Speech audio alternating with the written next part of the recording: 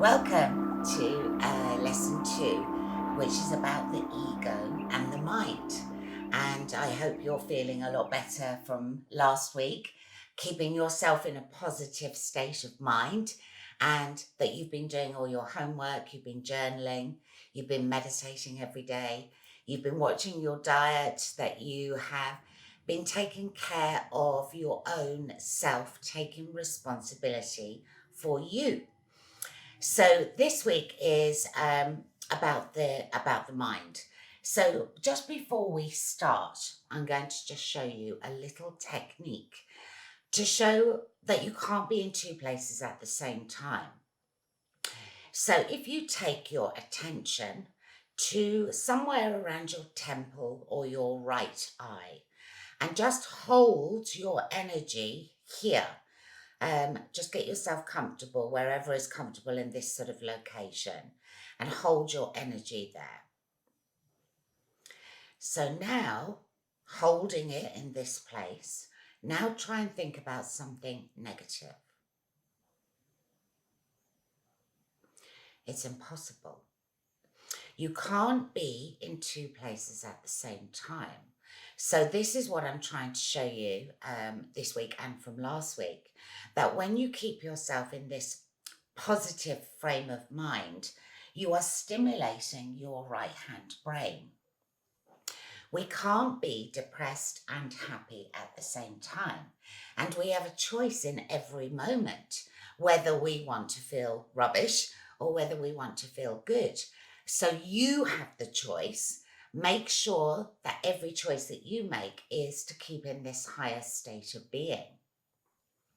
Now, just to give you a bit of an idea about my teaching, I have been working with some students of 13 to 16 years old this summer, and they did brilliantly well. They did all their homework. So if you have teenagers at home, ego kicks in about in your teens, somewhere between 13 and 16. It's really good to know about all of these things. So if you're doing the course as an adult and you have teenagers at home, please get them involved and give them the reading material for them to read as well, because it's really going to help them. And a happy home is brilliant. There's no point having you in this place of high vibration if everyone else around you is feeling negative. So try and encourage everyone within your environment, within your workplace, your colleagues, your family, your friends, to do this work with you so that you can all rise together. It really helps. Otherwise, you end up leaving people behind. So what happens is we become so full of fear by the time we get to midlife. This is the midlife crisis. And this is where the ego and the essence part ways voluntarily. But it isn't easy because the ego, especially when we get sort of in our 30s, 40s, 50s, our ego is so entrenched in our psyche that the essence, your true self, is trying to come through. And this is why people get so stuck on this transition. So knowing this, don't be worried about it. Don't think I'm in a midlife crisis and I can't get out of it. It's just a natural process that we're all going through. So keeping in this positive state of mind will help you relinquish and bring forward your true authentic self, your essence, and will make you start being able to move to the second stage of your life. So what happens is when we're born, and this was on the board for last week, so you can go back and have a look at this template. When we are born, we are 100% pure, creative, love energy. And as we go through our life, our teachers and our parents and our mentors instill so much fear in us. Don't walk on the wall, darling, you're going to fall. Don't go in the sea without your armbands, you're going to drown. Everything that we've learned as humans is so wrapped in fear that this becomes our knowledge, our way of thinking, if you like. So what happens is when we get to middle age, we're so bogged down with this heavy burden, this rucksack of all these heavy rocks of pain and fear and stress, that we're in a position that we can't move. We break, we become, um, it just, life becomes very difficult. And people at this stage start asking, who am I? Why am I here? What am I here to do? All of these fundamental life questions that we start asking ourselves. And once you start finding the answers and learning all these steps that I'm going to show you, it's a little bit like taking the rocks out of your rucksack and allowing yourself to be able to walk forward more freely. So everything is just a process. So don't worry about anything. Um, it's easy once you know how. So just follow everything that I'm telling you. I've been down this road. I know it works and it will really help you. So this week we're going to start with our homework first. So take out your journals and draw yourself a 9-box square. And we're going to put the titles in that I'm displaying here. Leave some space underneath so that you can start writing the things that you need to do in these boxes to ensure that you've got this cushioning around you. So I'll give you an example. So let's say, for example, I am a busy housewife and I have 3 children at home and I'm busy taking them to school and looking after my husband and cooking dinner. And then one day my husband leaves and takes the children. Now, this is what would happen to me because I had no time for any other activities in my life. That became my life. Would become broken. My whole life would fall apart and would be very difficult. And this happens to many of us. We get so focused on what we think is the most important thing. But actually making sure that we've got all of this stuff around us just makes us feel safer. Feels like we've got this cushioning, if you like. So the most important of all of these 9 boxes is your higher self. When your higher self is looked after and you are doing your meditation and you are watching your diet and you are being positive and kind and you are spending time in nature and all of the things that I taught you last week, you become more authentic. You become more in your power. You get very comfy on this bridge of 6, this hopefulness. And as you're working with me, you can put a tick in this box, but even when you finish doing this course, it's vitally important to carry on with all of the things that you've learned, all the skills that I'm going to show you, so that you don't start falling back to left brain. The next box is giving back, top left-hand corner.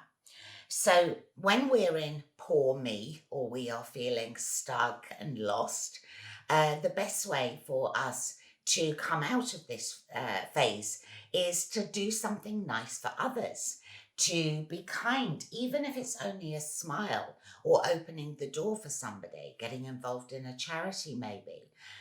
For sure, there are going to be people that are worse off than yourself. And if you do have to compare your life against somebody else, don't compare against somebody who is super uber famous and wealthy and looks like their life is perfect, because for sure they're going to have problems too. Compare yourself to somebody who is less well off than yourself and spend a bit of time being kind to others. Remember the motto from last week: love one another and earth. This helps you with gratitude. This helps you feel that your life isn't quite as bad as you thought it was, and will give you some endorphins and dopamine rushes that you're doing something for somebody else. You'll feel good. The next box is hobby. So hobby and leisure, which is the next box, are very different. Hobby is about something that is stimulating your right-hand brain. The right-hand brain is where I want you, through this process, to become predominantly focused on. So if you imagine that your brain, your physical brain, is about this sort of size, and most probably at the moment, you are fully firing on the left-hand brain. And this is being controlled by ego and fear. What I'm trying to do is to reduce the amount here in the left brain so that you're fully firing on the right hand side. And this is where you're going to feel more positive, more well, and reach these higher states of enlightenment. So a hobby might be cooking or reading or knitting or drawing or colouring or listening to amazing music or creating art, something that's very creative. So try and find pursuits in your daily life with the television switched off, that you can do something that is going to stimulate the right hand brain. This is all part of this process this week. Leisure is about looking after the bodysuit. So when we come to earth through this veil of forgetfulness, where we forget who we authentically are and all of our past previous lives, we come into a bodysuit that we've chosen the kind of size and spec and feel of it. And we need to look after it. So going to the gym, if you can afford it, or there's one close to you. But even a walk in nature doesn't cost anything, and it's actually really good because it's stimulating your crown chakra. Look after the bodysuit. We can't do our work as a spiritual being, as energy, without having a body to be in. Now, if you have some kind of disability or illnesses, a lot of illnesses can be cured by making sure that all your chakras are balanced. But it may be that you've chosen to be disabled in this lifetime, or to have learning difficulties, or for something to be a challenge in your life as part of your growth lessons. We will go through everything, every scenario that could possibly be imagined for humans will be part of our existence as we go through all of our lifetimes. So there is a reason for everything. Family, relationship, and friends kind of all have the same flavor. So let's imagine that before we come to Earth, we make agreements with other souls to support each other while we're here. So this will be immediately your spiritual family, part of the entity that we looked at last week. And it may be that we've made an agreement with somebody close to us, like a mother or father or brother or sister or husband, where we need to learn an important growth lesson in this lifetime. And it could be, because pain is the biggest motivator, that we make an agreement with, let's say, for example, my father. So I would have said, Daddy, I need to learn strength of character because I need to do this work to be able to heal the world, which is what I'm trying to do. And he said, absolutely, but I will have to ignore you and not give you good feedback to make you strong enough to be able to go through life. So this is actually called the treasure. There is always treasure behind these growth lessons, but we are so wrapped in fear and ego that we'll be going, it's not fair, he doesn't love me, he isn't helping me. He can't remember either, because as we come to Earth, we go through this veil of forgetfulness. We both end up on Earth with these agreements that are in our DNA, in our essence, or neither of us can remember. So a really good tip to kind of look at situations rather than becoming so reactive is to almost turn your brain back. Like, if you can imagine the feeling of knobs going like this and being detached from the situation, and look, what is the treasure here? What am I learning? What could be the growth that I'm getting from this experience? And then in gratitude, you can then be more compassionate to the other person. I see why you're doing this. Thank you for supporting my journey. It just helps everything get a little bit easier. So always look for the treasure, because you will always find it. Growth.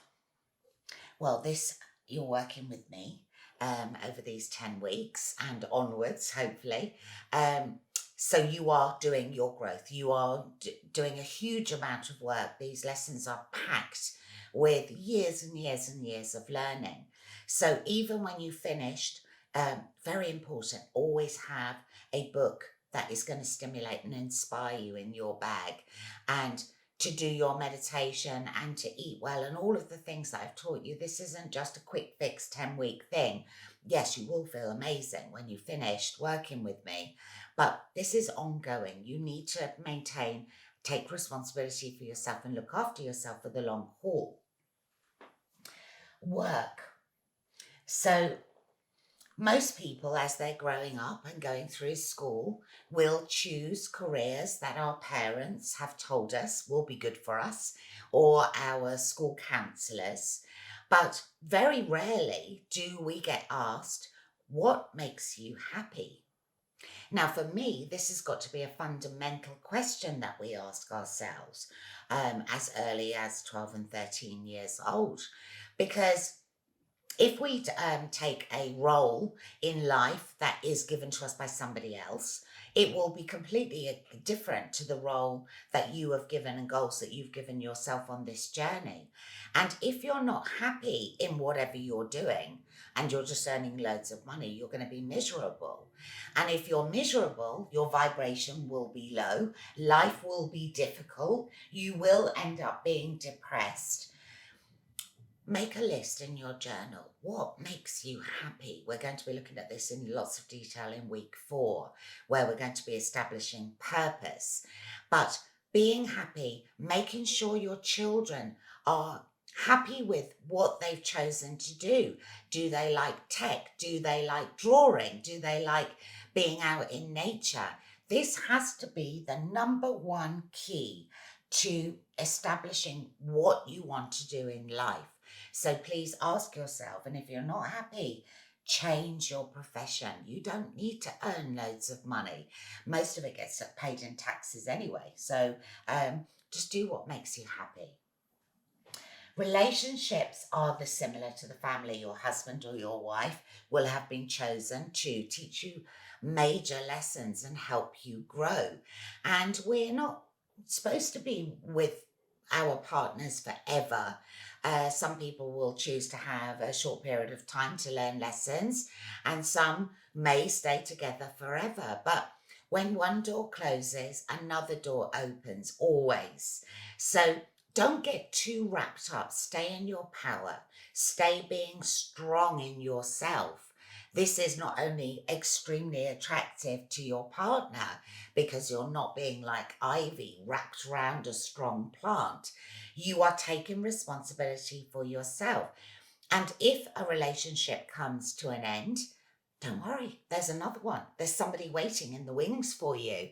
Or it may be that you need to spend a bit of time on your own doing some self-growth, and then there will be somebody else for you. Once you do this work and you become fully conscious and you love yourself fully, you actually don't need anyone at all. These are extras. So think about it as an extra treat rather than something that is a must-have in your life. It helps you through this period. Loving yourself is much more important and is very attractive. So this is your focus. Friends. You probably will change your friends as you go through this process. Once you learn to be forgiving and to be grateful and all of the things that I'm going to show you, and finding purpose and understand exactly who you are. Some of the friends that served you in the past may not be the perfect fit in the future. But again, doesn't matter. Life is always evolving. And, it's good to make new friends and to move forward. But if you're doing this course at home in a family environment, try and get everyone to do it together so that you're all awakening at the same time.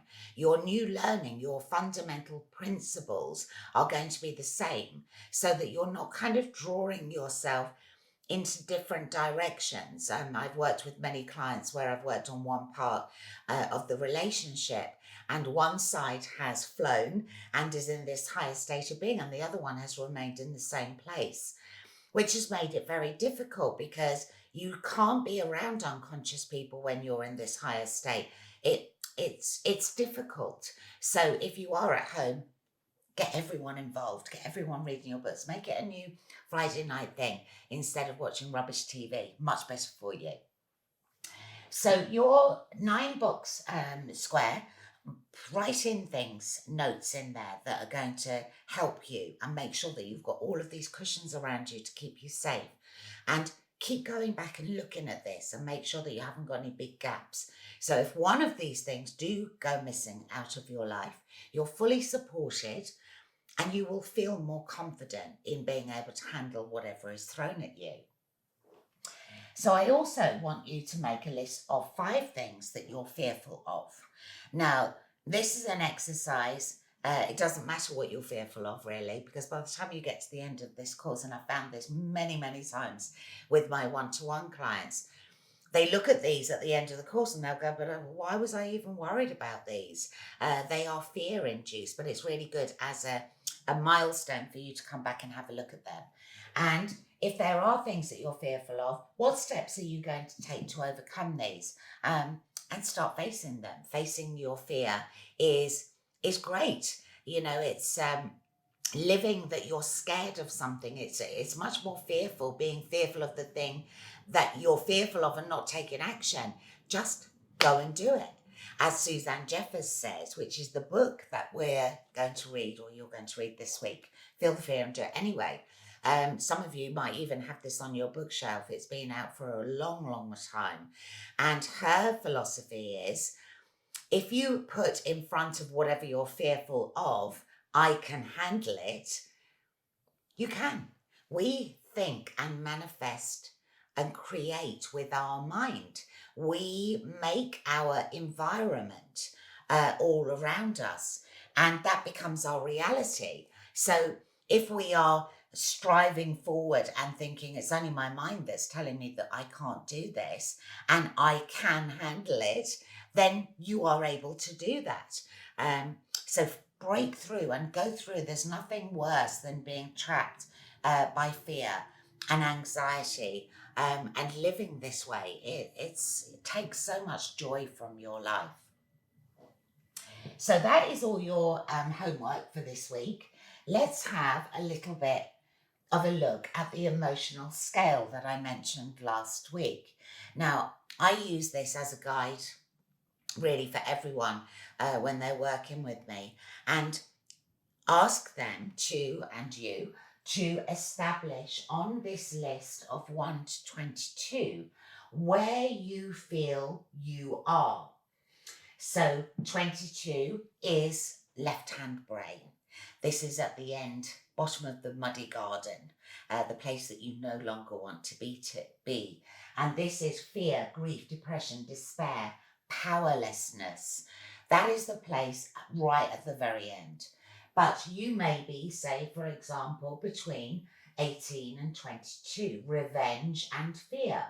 So just have a look at this, and you may need to pause the video for a second to establish where you are. Write this number in your journal, and we're going to look at this at the end of the course, and you'll be able to see how much you've grown. And it is my intention and hope that I will get you somewhere between 1 and 5, which is where all the magic happens. So 22 is left brain and goes all the way up to 6, which is the bridge we looked at last week, hopefulness, somewhere safe to be. And number 1 is pure love, enlightenment, happiness, joy, bliss, this beautiful place of 5th dimension where we all should be living. This is when you're fully awake. Now, when we get somewhere around between 6 and 1, there is what's called a vortex. And this is where all your desires are.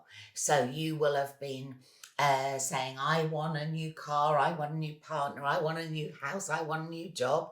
All of these things, all your desires that you're throwing out to the universe are sitting in this vortex and waiting to be delivered. The universe always delivers.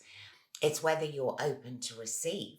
Now, being open to receive is whether your vibration is in a high enough state that your being is here, your wish is here, and you are manifesting exactly what you want. The law of attraction says, like unto itself is drawn. We're going to look at this in module 8. I've got to get your vibration up a bit before we start manifesting. But it's just good to know that standing on this place of 6, this bridge, this hopefulness, you are very close to being able to manifest. And really from this week, I know that many of us will have had things happen to us in our lifetimes that are difficult and have made us sad, or worst case scenario, broken. But we can't change the past. We can make this moment our future. We're going to look at this in week 4. So for now, you don't need to look at anything between 6 and 22. Just turn your back on it and focus only between here and number 1, your place of bliss. We do go a little bit into the mud in week 5, but only really to forgive some things and to get rid of them.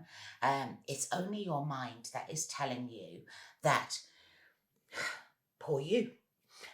These things that happen to you have sculpted who you are. Your essence, your light, your energy is pure creative love. Nothing that has happened to you can affect you. It can't. They're just memories. And fear keeps bringing them into our mind and convincing us that that's who we are. That isn't true. Everything's coming from your heart center, from your essence, from your energy, your authentic self. And just on this point, your soul, who chooses pretty much how your life is going to be sculpted, would never ever choose a lifetime for you that you couldn't handle. Maybe you are at a higher soul age where your challenges become a little bit more difficult. You are able to handle everything. It's just the trick of getting out of the mind so that you can start leading your life to be able to make bigger strides towards happiness. So let's have a look at left brain and right brain. I explained last week and told you about the physicality of that we don't use our right brain at all. We are totally focused on left brain, and this has become our dominant force. With some people, it's even visually obvious that somebody is off balance. They tilt to the left, which is really fascinating to see, and it's part of a lot of people. They are being pulled so far to the left-hand brain. A good analogy to kind of picture how this works is a little bit like when we're off balance. It's a little bit like an elastic band that has been wound so tightly that we have no choice but to be in the mud. What I'm showing you to do to be in this positive state of right brain thinking, to be creative, to be positive, to find this new place of being, what we're doing is we're stretching this elastic band, and can be done in a week. This process is quite easy if you're really, really vigilant about it. And then once the elastic band is relaxed and stretched, you can then come back to third eye, to center, which is giving you balance. So there is a reason for all of the things that I'm telling you. So let's have a look about thoughts that come into our mind. So when we are in the mud and it's raining and it's dark and it's cloudy and we're in poor me and all of our thoughts are coming from our left brain, all of this negative energy is feeding into our conscious, into our subconscious, and affecting our external and internal flow. So when we are fed up and completely dominated by left brain, our actions will be angry and unworthy and powerless, and our internal flow, we will feel dreadful, we'll feel sad. It really affects our whole psyche, our whole body, our whole being, and our physical health as well.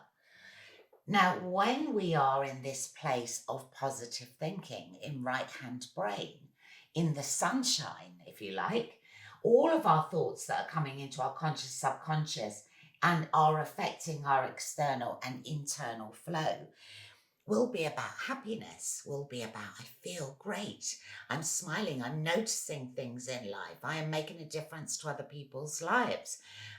I feel good. I'm giving somebody a cuddle rather than maybe a knock. Um, it's absolutely fundamental to your well-being, and you can't, as I said earlier, you can't be depressed and sad and happy at the same time. It's your choice. Make the right decision. Now, we have one go at getting this right. The mind is so sneaky.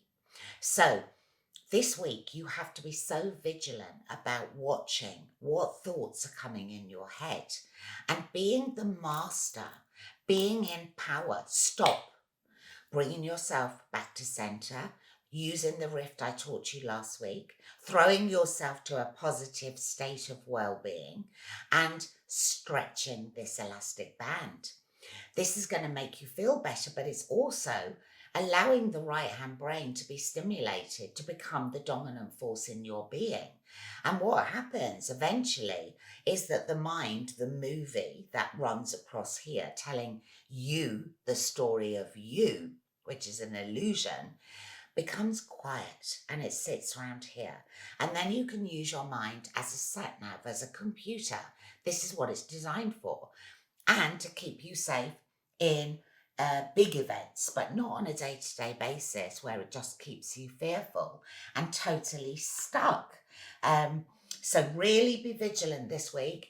Otherwise, we're going to have to find another way of doing this, but it isn't easy. So keep it up every second of every moment in this week between now and next week. Keep an eye on the mind, be in control, and allow yourself with trust. I know what I'm talking about. It does work.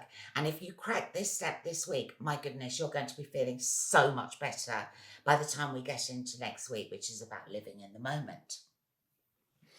So the power of words have a fundamental effect on your well-being of yourself and others and the environment in which we live. So our mouth is our most important and strong tool. When we are spitting poison and we are filling the environment with negative energy and affecting others through how we speak, it's not only the speaking, it's the typing, it's the emails, it's the text, it's the conversations, the gossiping. It makes us feel terrible. It fills the air with negative ions, and you are probably really upsetting somebody else as well. So be careful this week. Check your texts before you send them. Check your emails. Are they saying, poor me? Are they saying, you're not good enough? Are they coming from a place of ego? Or are they giving an impression of you that you would prefer not to be sending? I can't, for example, that's a favourite of humans on earth. When you are in I can't, it's so floppy. You've already given up before you've even started. Much better to be I won't. Bring yourself into power. Bring yourself into the present moment. And you know, if you had a partner or an employee at work, for example, and you ask them to do something and then, oh, I can't, you're not going to be very impressed with that. Much better for somebody to be assertive. I won't. I will do it this way, but I won't do it in the way you asked me because that's not how I believe. You're going to go with somebody who has more power. And that's where you need to be sitting, where you're giving this out rather than I can't. It's a problem. Nothing is a problem. It's an opportunity to grow. That's why we're here. And when you're in this higher place, you'll see everything as an opportunity. You'll just be going with the flow like bamboo and being in your beautiful boat down the river where you've got no oars and it's a beautiful sunny day and you've got your hands behind your head and your feet up and you're flowing with the river, enjoying life, enjoying opportunities, rather than where you probably are right now, which is in the same boat with no oars, facing this way upstream, and you're going like this, trying to find a way of getting where you need to be. But actually, you're just going round and round in circles. How you voice things to the universe affects what you get back. So if you're complaining and moaning and everything is of a negative nature, will be a low vibration. Can you see how far away you are from getting the things that you want? You're a million miles away. This is why we've got to get your vibration up to bridge. And that is only achieved by being in this higher state of being. You will notice some people walking along the street and they've got their hands in their pockets and they're looking at the ground and they are talking to themselves. They're insane. And this is how powerful the mind can be. It can become your primary part of your being by keeping your head up and noticing blue sky, trees, birds, roof tiles, anything that is, there's nothing interesting on the ground. Everything is interesting above.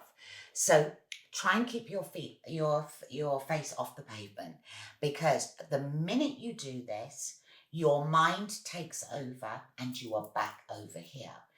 All the good stuff happens over here. So this is another trick for you this week to do.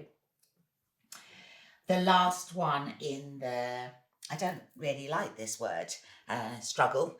I don't really use it. It reminds me so much of my past. And if you're saying to the universe, it's a struggle, guess what the universe is going to give you? Lots of struggle. If you say life is amazing, the universe is going to give you amazing. Like unto itself is drawn. Be careful what you talk about and how you voice it. Life is an adventure.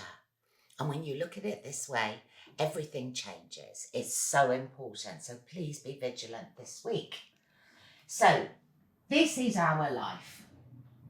This undulating journey for each lifetime.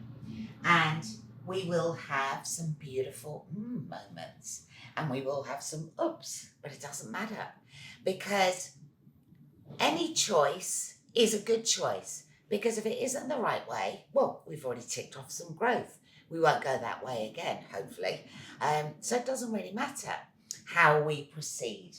Just enjoy it. Imagine that you're on the boat, that nothing is a problem, and we can master our lives by our thoughts and our speech and our vibration. So we actually have two voices.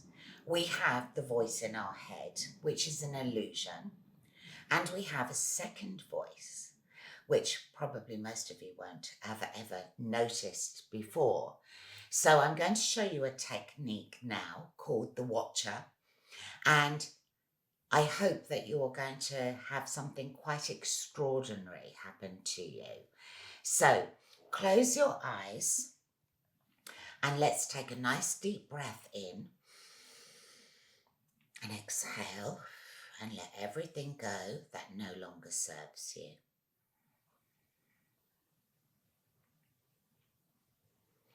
Bring your attention to your third eye in between your forehead and follow this attention down to your heart center.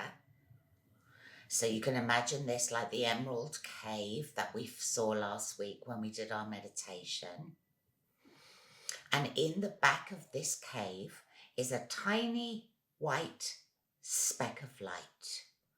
So with your mind, just draw this bigger and bigger. We can do anything with our minds.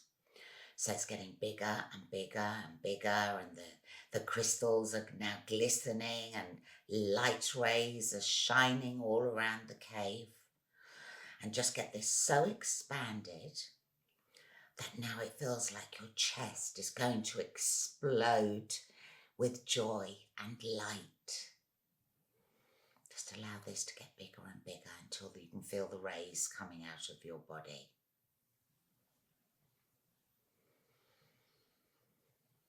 So now we're going to take a thread of light from inside your chest, outside your chest, like a fiber optic cable of light, of your light. And on the end of this cable are a pair of googly eyes. And let's call this the Watcher. So let this cable with the eyes on just float up like a helium balloon and sit somewhere next to your head. Just leave them there for a moment. We're going to come back to them in a second.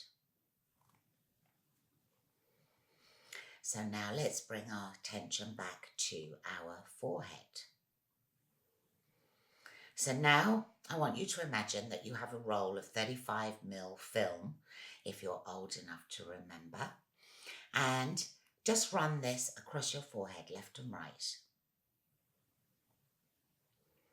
Now on each frame of this film is the story of you.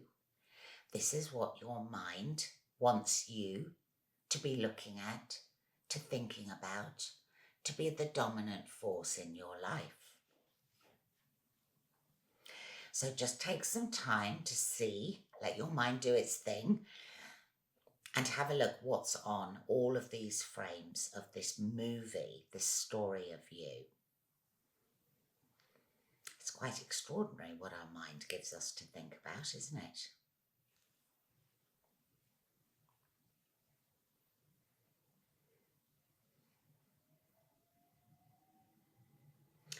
So now, while you are looking and letting the mind take over and tell you that you're not good enough and that you're scared and that you haven't got enough money and that you want a better partner or whatever it is that your mind is telling you in this negative state.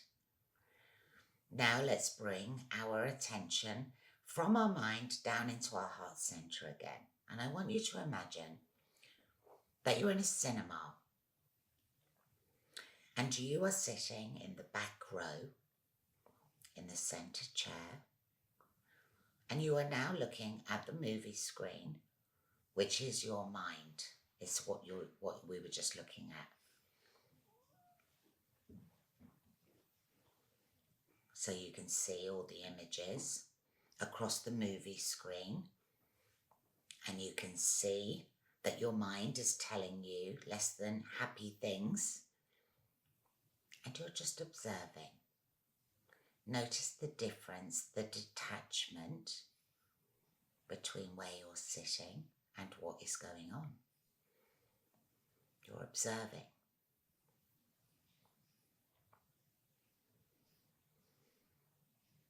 Now I ask you, who is the person in the chair that is sitting in the back row of the cinema observing the mind? Really feel who this person is and how different it feels to the mind. The mind feels fake. It feels like a story. It doesn't feel like you. And the person in the back seat feels like it has substance. It has a heartbeat. It has a being, a true loving feeling. So just take a minute for this to land, because this is quite a big step.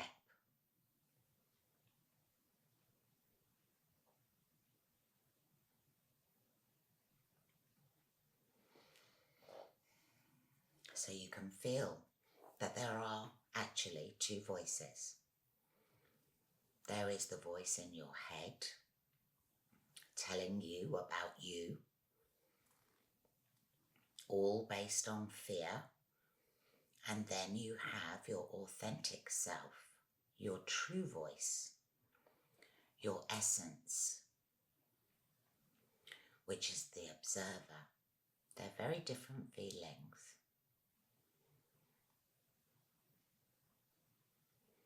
So now we're going to go, now we've had this revelation, we're now going to follow this fibre optic cable again back up to the googly eyes. We're going to position them over our forehead so that the eyes are looking at the film. And with a push of energy from your chest up this fibre optic cable, let the light shine out of the googly eyes onto the roll of film so that it's completely illuminated. Now, the mind has never been in this position before. It has never been seen for what it is. It's almost cowering. In fact, it's been busted. Pour your energy out and light onto this roll of film and let each frame start becoming clear. Wipe off all of these negative, fear-induced images until your roll of film is clean and ready for more positive imprinting through your actions and your thoughts.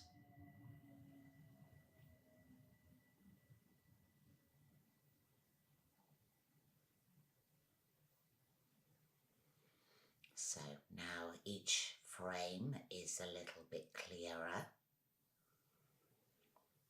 You feel different about your mind. It is an illusion. It should not be trusted or be the dominant force in your day. So whenever you're feeling negative or your mind is throwing you a load of rubbish, find your inner voice, find your authentic voice, and see from a position of detachment and throw yourself into positive thoughts so that all of the thoughts that are coming from right brain are populating your movie with true images, of happy images that are going to stimulate your well-being and make your day better.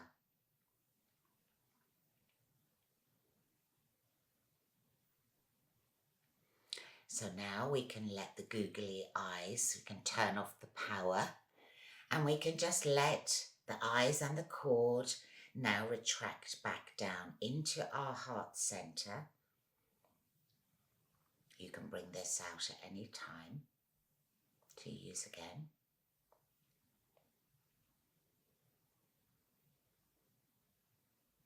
We can now take the power in our chest, this bright light, and we can just let this now subside and gently retract to the back of the cave, to this tiny speck of light which is always ignited. You can always call on it whenever you need it.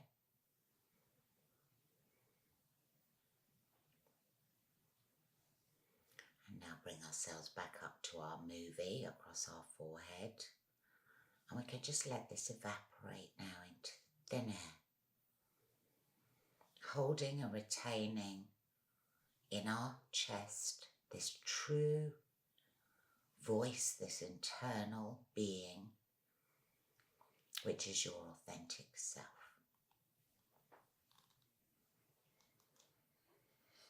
So when you're ready, you can bring yourself back into the room. So how was that?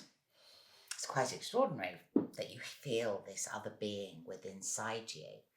And that is the place that you always need to be thinking from.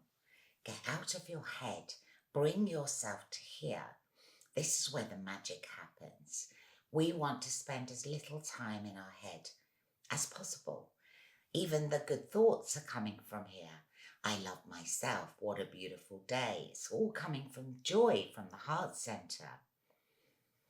So this week, spend time noticing this tricky, naughty mind and allow yourself to stay in this place of high vibration and happiness and joy. Keep your head off the pavement and notice this beautiful world around us, keeping up your gratitude, your affirmations, your meditation, your reading. Read Feel the Fear, brilliant book. And next week, we're going to start looking at living in the moment, which is another key step. So I wish you well, and it's been a pleasure working with you again this week. I hope you've enjoyed it. Keep your journaling going as well. And next week, we will take this the next step of the staircase up for you. So until then, thank you very much.